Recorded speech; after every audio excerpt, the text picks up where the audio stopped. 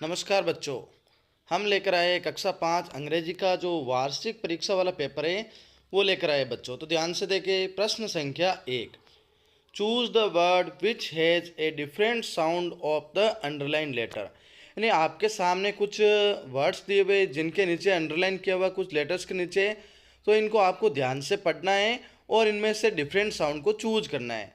तो देखो बच्चों, पहला क्या है, नियर। तो नियर में क्या आवाज़ आ रही, ई अ की, डियर, बियर और डीफ। डीप में आ रही है ई की ध्वनि, यानी ई अ की 3 में ध्वनि आ रही है और एक में ई की ध्वनि आ रही है। तो जो डी ऑप्शन है वो हमारा सही रहेगा। प्रश्न संख्या 2, तो बच्चों देख सकते हैं, there was a museum. Museum का मतलब होता है बच्चों संग्रहालय। द फतेह प्रकाश पैलेस, यानी फतेह प्रकाश पैलेस है, उसके देखो बिटवीन का अर्थ होता है दो के बीच में, इन का अर्थ होता है अंदर, अपॉन का अर्थ होता है ऊपर और अंडर का अर्थ होता है नीचे। तो आप देख सकते हो बच्चों, फतेह प्रकाश पैलेस है, उसके क्या होगा, अंदर होगा। तो अंदर के लिए क्या आएगा, इन आएगा। तो बच्चों बी ऑप्शन सही रहेगा। प्रश्न संख्या 3, choose the similar word for the given word beautiful. Beautiful का अर्थ होता है बच्चों सुंदर। तो सुंदर का हमें समानार्थी अर्थ ढूंढना है। तो देखो, मास्क जो मुखौटा होता है, एसेज यानी राख होती है, प्रिटी का अर्थ होता है सुंदर और विक्ट्री का अर्थ होता है विजय। तो बच्चों यानी ब्यूटीफुल यानी सुंदर होता है, प्रिटी यानी भी सुंदर होता है। तो हमारा आंसर रहेगा सी ऑप्शन। प्रश्न संख्या 4, अब देखो बच्चों, I learn my this work, यानी मैंने सीखा यह कार्य। अब मैंने ये सीखा तो कैसे सीखा होगा, स्वयं के द्वारा, अपने आप। तो इसके लिए क्या आ जाएगा, आई। जैसे आई का पजेसिव क्या होता है, माई। तो आई के लिए माई आ जाएगा, तो माई सेल्फ आ जाएगा, यानी मेरे द्वारा, यानी मैंने ये कार्य मेरे द्वारा सीखा है। तो बच्चों 5वां प्रश्न है, complete the following words with the help of letters given in the bracket. यानी ब्रैकेट में आपको कुछ लेटर्स दिए हुए, उनके आधार पर हमें क्या करना है, इन वर्ड्स को कंप्लीट करना है। जैसे पहला है DANGER, डेंजर। डेंजर यानी खतरा। तो देखो ए आ जाएगा और ई आ जाएगा। अगला देखो बच्चों, क्या दिया हुआ है, ब्रूम। ब्रूम का अर्थ होता है बच्चों झाड़ू। तो देखो डबल ओ आ रहा है। अगला प्रश्न, प्रश्न संख्या 6 है बच्चों, fill in the blanks to make correct sentences with the help of words given in the bracket. यानी ब्रैकेट में आपको कुछ क्या दिए हुए, वर्ड्स दिए हुए, उनके आधार पर हमें सेंटेंस को कंप्लीट करना है। तो देखो बच्चों क्या आएगा, Chittorgarh blank space is the symbol of bravery, यानी चित्तौड़गढ़ बहादुरी का प्रतीक है। तो देखो चित्तौड़गढ़ क्या है, एक किला। तो किले के लिए फोर्ट आ जाएगा। देखो ऊपर क्या दिया हुआ, वीक, WEEK, वीक यानी सप्ताह होता है, WEAK यानी कमजोर, ब्रश यानी जो ब्रश होता है।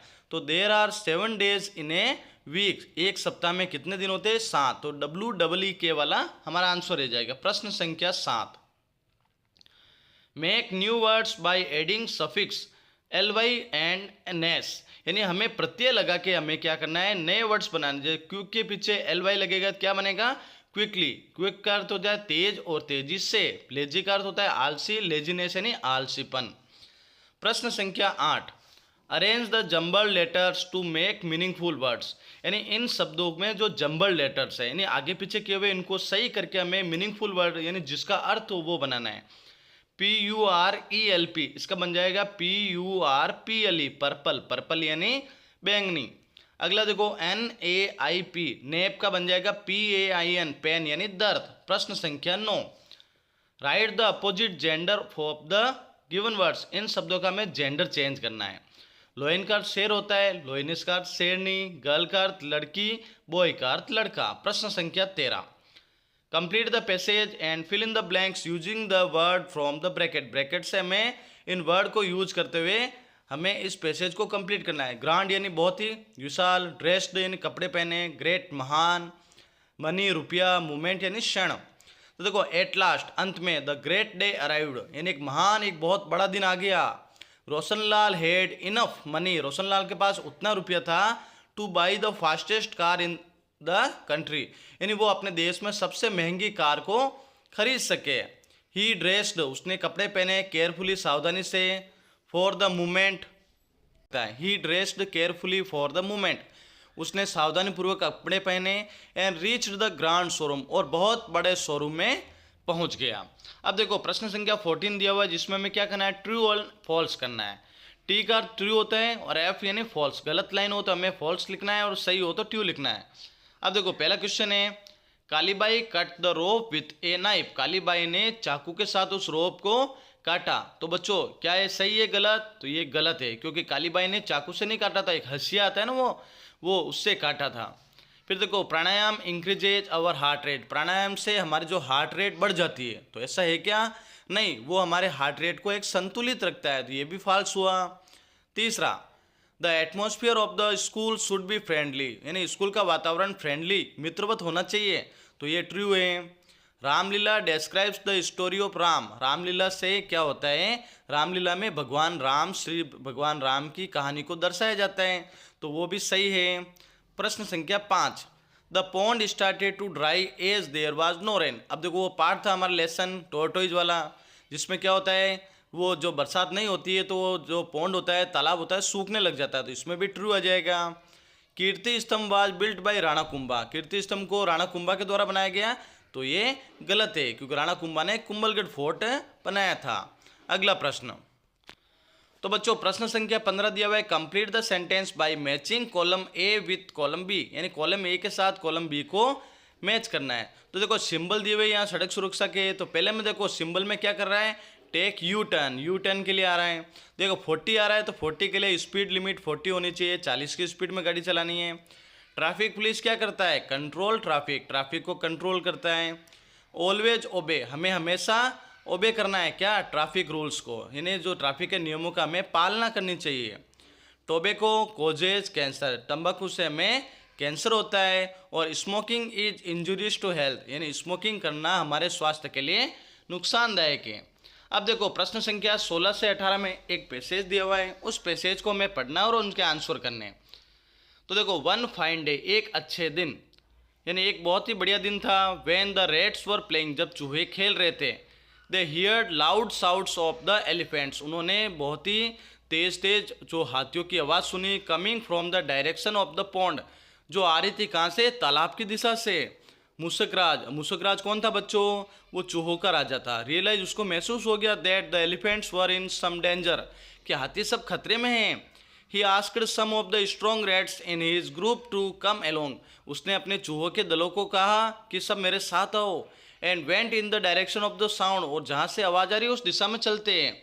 नियर द पॉन्ड, तालाब के पास। दे सा the elephants caught in the traps, उन्होंने देखा कि सभी हाथी ना जाल में फंस गए। केप्ट बाय सम हंटर्स, जिनको शिकारियों ने पकड़ लिया था। The rates quickly started biting the ropes, अब सभी चूहों ने जल्दी से उस रोप्स यानी जो जाल था ना उसको काटना शुरू किया।